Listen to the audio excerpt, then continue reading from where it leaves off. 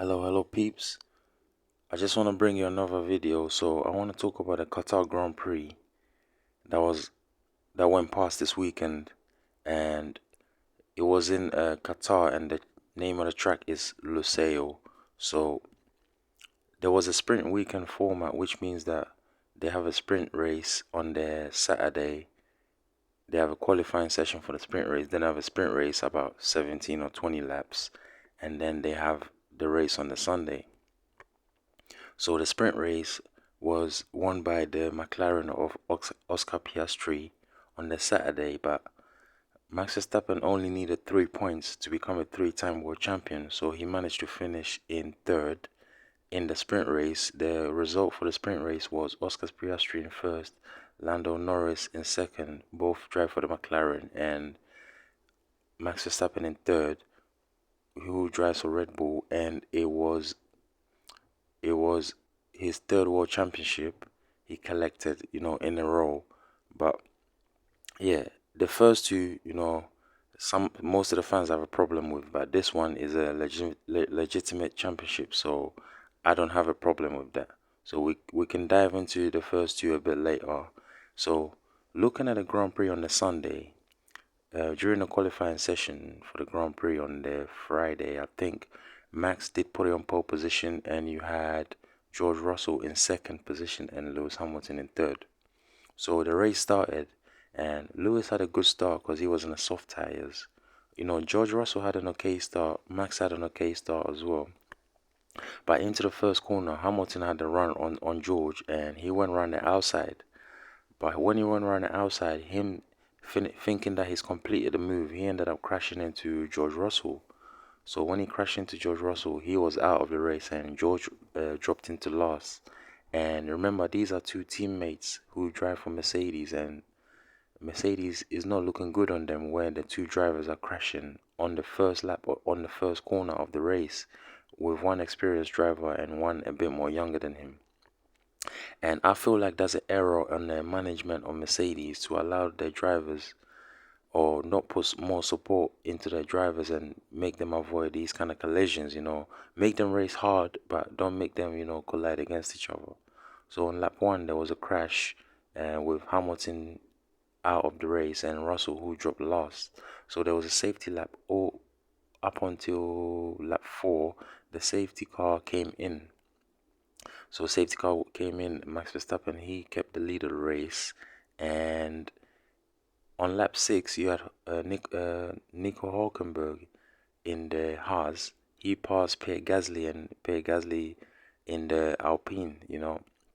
And on the same lap, you had George Russell coming from the back of the grid. As he dropped last from the first lap incident, he passed Sergio Perez for 14th position. So he's moving up the field slowly and trying to make up for his errors. And then you had Lando Norris pass a Ferrari. He made up some positions as well, because I think he started a little bit towards the midfield, maybe sixth or seventh. So on lap 21, you have George Russell, who passed Gasly again. They met again for 10th position. So he's gone from like maybe 20th to 10th in like 20 laps. And on lap 27, you had Fernando Alonso in the Aston Martin. He pitted for his first pit stop.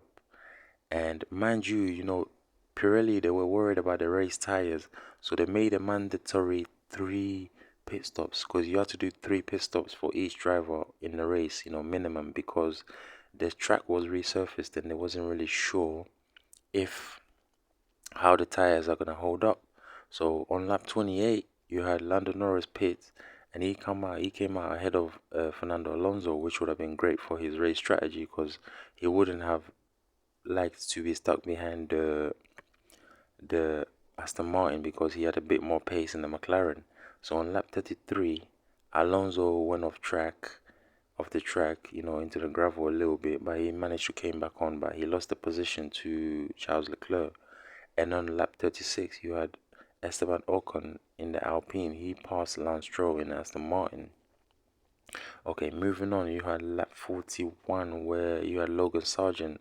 He said he was feeling really unwell, and his team told him, listen, you can retire the car there's nothing wrong with retiring a car. There's no shame in it, if you feel very unwell. So, good looking to Williams for looking out for the driver. And on lap 44, Oscar Piastri, he pitted. He came out of pits for I think his last pit stop.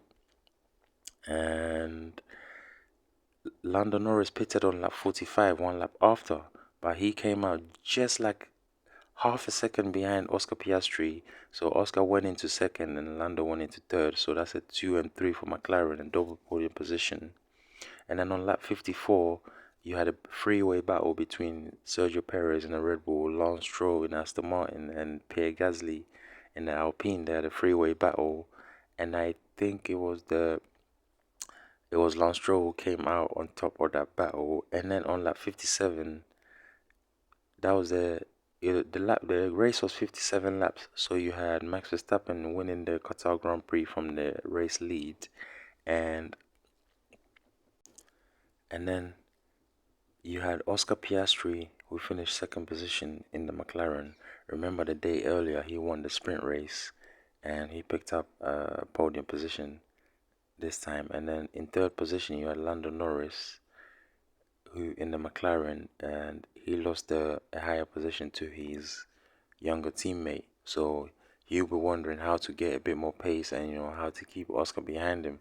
But it looks like Oscar Piastri is a very, very fast driver. And yeah, so all in all, that's 46 career wins for Max Verstappen. And onto the next Grand Prix, which is which will be the United States Grand Prix in Austin, Texas. So to be honest, both the World Championships have been settled. So you got the Drivers' World Championship, which was won by Max Verstappen, and you have the Constructors' World Championship, which was won by Red Bull. So on to the next season.